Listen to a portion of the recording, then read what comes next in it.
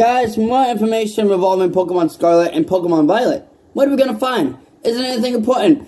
Anthony, where are all the starter evolutions? I'll catch you guys right now with all the information.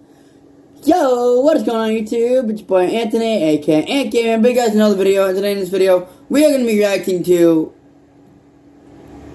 some of the new Pokemon. Something new for Pokemon Scarlet and Violet. We're not actually reacting. I'm actually just gonna be doing as an update video about the game. I have no idea when they're gonna release the starter evolutions. We have yet to see what they look like. But hopefully we'll have the information before the game actually comes out. Anyways, guys, let's get into it. I was not a big fan of the Ono reveal, but I will say this, I don't think I did my job properly yesterday, because I didn't even acknowledge the fact that they were teasing a new Pokemon. I was so caught up in everything.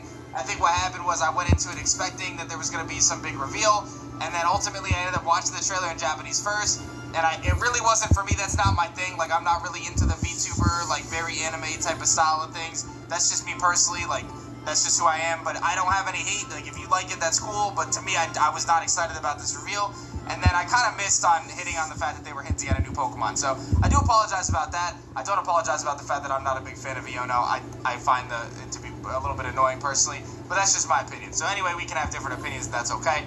But I do think that there's going to be a reveal for this new Pokemon, and that's what the first trailer was about. And we have some information from the Riddler talking about a light bulb. And he says, I told you it's evolution in June. And if you've been following the leaks up to this point, we know that there was going to be an electric frog-type Pokemon, and we believe it actually is maybe electric and psychic. That's kind of the leading thought, is that it's electric psychic.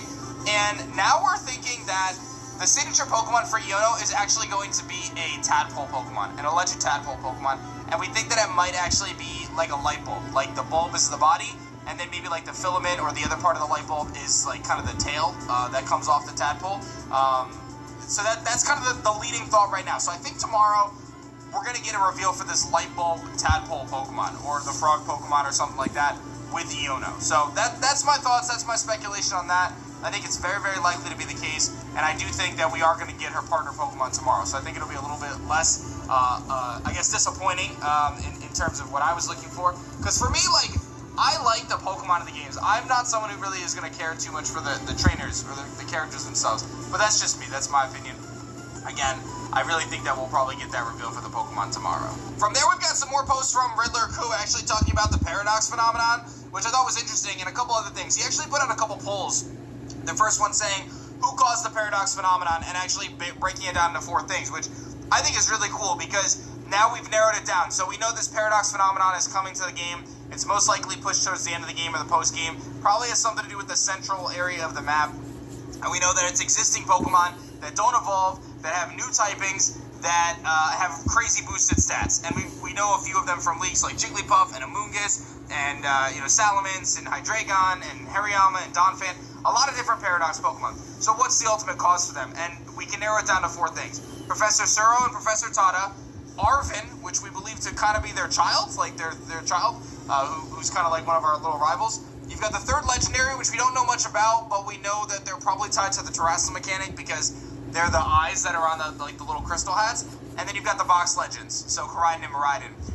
My thought is you probably can narrow it down to 3, right? It's probably not the box legends that caused the paradox phenomenon, because we believe the box legends to be the paradox Pokemon from Cyclizar, right? So Cyclizar is like the regular one, and then Koraidon and Miraidon are the paradox versions of them. So what caused it? It's my guess is the professors is my guess, because I think the 3rd legendary is going to tie to the Terrestrial mechanic.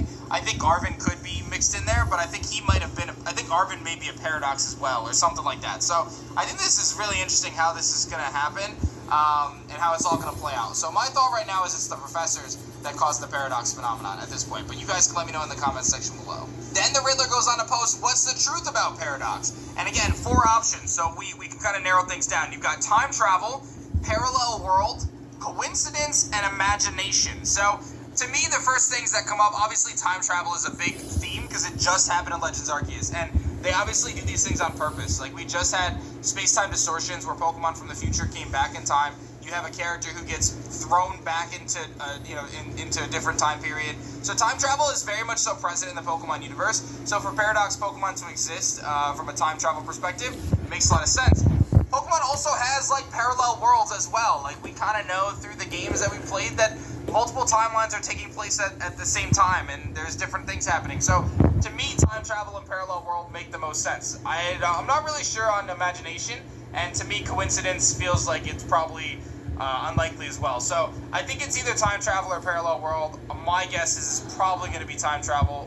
That was what I voted, but the highest vote right now is parallel world. I think the Riddler had followed up with some other tweets kind of showing some anime, and I guess the anime was about someone's like dreams and imagination. So maybe it is imagination, but I think it is, my gut is time travel or parallel world. And you guys can let me know again your thoughts on that. And then some really interesting stuff here. KG, my editor, sent this to me. There is a listing for Pokemon Scarlet and Violet to pre-order these games. And one of the things that's noted about them is that it says offer DLC on it. Now, listen, when these listings come out, sometimes there's incorrect information.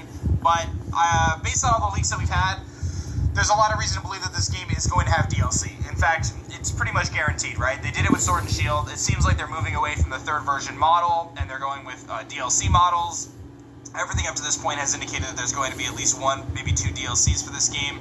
It just makes so much sense. And again, this website indicating these pre-orders does say offer DLC, so it seems like there could be some information that the DLC is ultimately coming, right? So I would not be surprised to see all that play out, so just keep an eye out on that. Obviously, as we get through the kind of the release, that probably wouldn't be until spring or summer next year. I think Isle of Armor was like June, maybe, something like that, in June.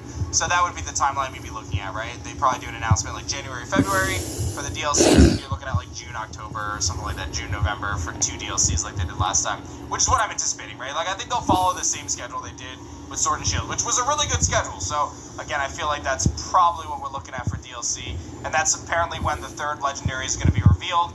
That has some sort of really big tie-in to the Terrestrial mechanic. So that's everything going on today for the Pokemon news. I think there's some really interesting conversations to be had about Paradox forms and how that's going to play out. And again, we're going to get my best friend Iono coming back tomorrow, which is going to be just a doozy.